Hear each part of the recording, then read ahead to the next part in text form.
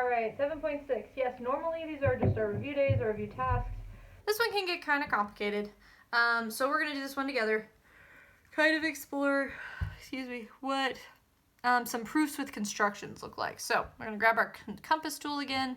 We're going to work through these guys together. All right, compass and straight edge constructions can be justified using such tools as definitions with rigid motion transformations, corresponding sides of triangles, and observations about side angles and diagonal types of special quadrilaterals. So basically we're going to prove constructions is what we're going to do. We're going to prove that they work. We're going to use some of the ideas of rigid motion and congruent triangles, and then some other little things like triangles out to 180 and stuff like that. So some steps. Use a compass and draw an arc, cool, that intersects each ray of the angle to be bisected with the center arc located at the vertex of the angle. Okay, done. Without changing the span of the compass. Okay, so that means we're going to have to know what exactly was the span of the compass. Okay, oh, they did not choose a good one. It is that little dot that is right at the edge there, like right at the edge. That is the one they chose. Why? I will never know. Draw two arcs in the interior angle. You know what, let's just fix this a little bit.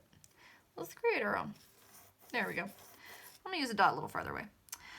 Okay, without changing the span of the compass, draw two arcs in the interior angle with the center of the arc located at the points where the first arc intersects. So we're here where the first arc intersects. Drawing that one. We're drawing that one. And we get a third intersection point. So, yeah, I expanded this. Sorry, if you don't want to do that, you don't have to. But I moved this over, and then I took that distance, put it there, and there. Okie dokie. With the straight edge, draw a ray from the vertex of the angle to the point where the last two arcs intersect. Okay. Okay. So what did we just do? Well, what we just did was we created a rhombus, right? That was what we did before. This is how you create a rhombus. You get a four-sided figure out of it. That is all equal. That was by definition of creating a rhombus. Okay, so what is this ray thing at the end? What is that? Well, let's take a look at it. We get two triangles, kind of what we've seen before. Let's go ahead and label things. Let's do B, A, C, D. So we get B, A, C. Then we also get B, C, D. From our picture, we can see we have those sides the same. Oh, but look at that. BC also equals BC. And so by side, side, side, we get two congruent triangles. What the crap does that mean about this ray thing? Okay, so by that means that these angles must be the same.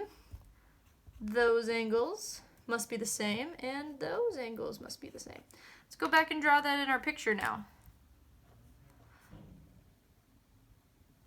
Interesting. It looks like this ray is showing the bisection of our angle. It looks like to bisect an angle, all I have to do is draw a rhombus. But did I just say that because it looks like it? No, I actually proved that by the fact that rhombuses have four equal sides, and thus I have two triangles that are congruent by side, side, side. Another reason, not just a visual, not just me saying so. And because of that, I have three angles that are congruent because they are congruent. The triangles are congruent. And so therefore I've proved that this is the bisection of an angle. Very cool. Very cool. I actually recommend now that you go try out the other ones. I think there are two more. See if you can figure out what they're trying to create and then prove it. Okay, try proving it. I will leave a key for the other two and also the second half of this video. So go ahead and turn the video off. Don't use it unless you need to. If you can't figure it out, it will be on Canvas for you. Okay, and then you have your test coming up for Unit 7, so feel free to email me or ask the sub for any questions. See you guys next time. Okay, so this is the second half of the video. Remember, you're not actually going to watch this if you can help it. It's just kind of hard to just read off the page. So this is kind of the answers to the next one. Using a compass, draw an arc with a portion of a circle, which is a portion of a circle, that intersects the given line at 2 points where the center of the arc located at the given point. Okay, so that's what they started for us here. Let's go ahead and measure that. I hope they used a better dot this time. They did. They used the second one. That's good to know. Without changing the span of the compass, locate a second point on the other side of the given line. By drawing 2 arcs to the same side of the line, excuse me, hold on. Without changing the span of the compass, locate a second point on the other side of the given line, somewhere down here. By drawing 2 arcs on the same side of the line with the center of the arcs located at the first 2 points of the arc. Oh, they want me to. Okay, I see what I mean. So here's the intersection points of that guy.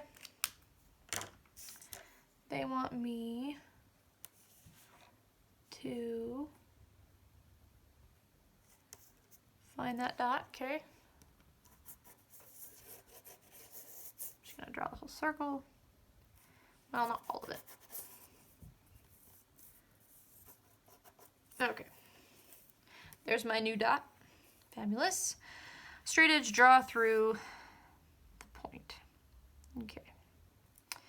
Now, from my previous experience, I know that's how you, this kind of looks like how you create a perpendicular bisector, right? So it's like a perpendicular bisector. It's just a bisector that has the line given to me. Can't really prove that though, so I'm gonna go ahead and just make a triangle out of this. Triangle here, triangle there, triangle there. I can't say that this is an equilateral triangle, but I can say it's isosceles, which is good. Since I know that's how you construct a perpendicular bisector, I know that these are perpendicular. They are also congruent. I know that this is a midpoint. Call ABC. I know that these two are congruent because it's a bisector, right? It cuts it in half. And so what I can see is AMC. Well, really by side, side, side. I don't even have to say that's 90 degrees, but you could also argue, well, hold on. Let's finish these pictures. So I could argue side, side angle, but remember, side, side angle is not actually a congruency statement, so I can't use that one. What I can say is that CM has to equal CM, so by side, side, side, these two are congruent. If that is the case, then what I have, oh yeah, I can prove that that is a perpendicular bisector. Just kidding. I can prove that that is a perpendicular. So remember, I couldn't prove that. I take that back. We proved it in a previous task, but it's okay. So I didn't know that. I did know that these are congruent by side, side, side, and thus these angles are the same, and thus they are 90 degrees. So what we've just created is a perpendicular through point C, not on a line. Okay, and I proved that by these two triangles being side, side, side. Cool, next one. All right, using a straight edge, draw a line through the given point to form an arbitrary angle with the given line. There you go. Use a compass and draw an arc, portion of the circle that intersects both the ray of the angle and with the center located on the point. I totally messed that up. Okay, use a compass, draw an arc, portion of the circle that intersects both rays of the angle formed with the center of the arc located at the point where the line is drawn, given the intersection. Okay, so what they've done here. I kind of don't like that they're starting these for us, but that's okay. So how much, oh, that's horrible. Okay. It looks like they're using the last one here.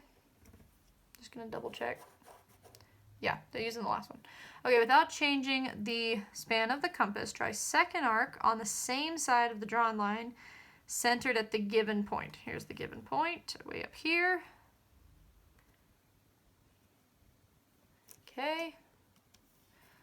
Put my finger there, there. All right, cool beans. Second arc should be as long as the first arc should intersect the drawn line. Cool. Set the span of the compass to match the distance between the 2 points where the first arc drew across the line. Okay, so here's this 1 point and another point. Okay, that guy right there. And then go up to the next one and draw that. Okay, interesting. All right, and then we're gonna draw a line here and we get this guy. Okay, so what did we draw? It looks like we kind of copied the angle. It looks like that, but how do we prove that? All right. If I were to add, I don't want to use black because everything's black, let's use green. If I were to add not the arc, but the actual line between these 2 points, I would have triangles. Now I want to prove something's true. I got to prove something's true. Well, these are radii, so I know they are the same. In fact, I use those same radii to create these guys. So let's do A, B, C, and D, E, F. So far, I can prove that AB congruent to AC, congruent to DE, congruent to DF. All of those guys are the same. Okay, so all of those lines are the same length. Now, I did use the distance from here to here to make that one, so I can also prove that BC is congruent to EF. And it looks like by side, side, side, once again, I have that triangle ABC is congruent to triangle DEF. Fabulous. Okay, so now, how does that help me? It means I also have the angles that are congruent, right? So this angle congruent to that angle, this angle congruent to that angle, but those are all the ones I drew. The one that I'm concerned about is the given angle now being copied. So angle A congruent to angle D. In other words, I have copied an angle. And I have proven that I have copied an angle. So those are the other two. If you have any questions, let me know. Otherwise, just prepare for your test next time. Thanks.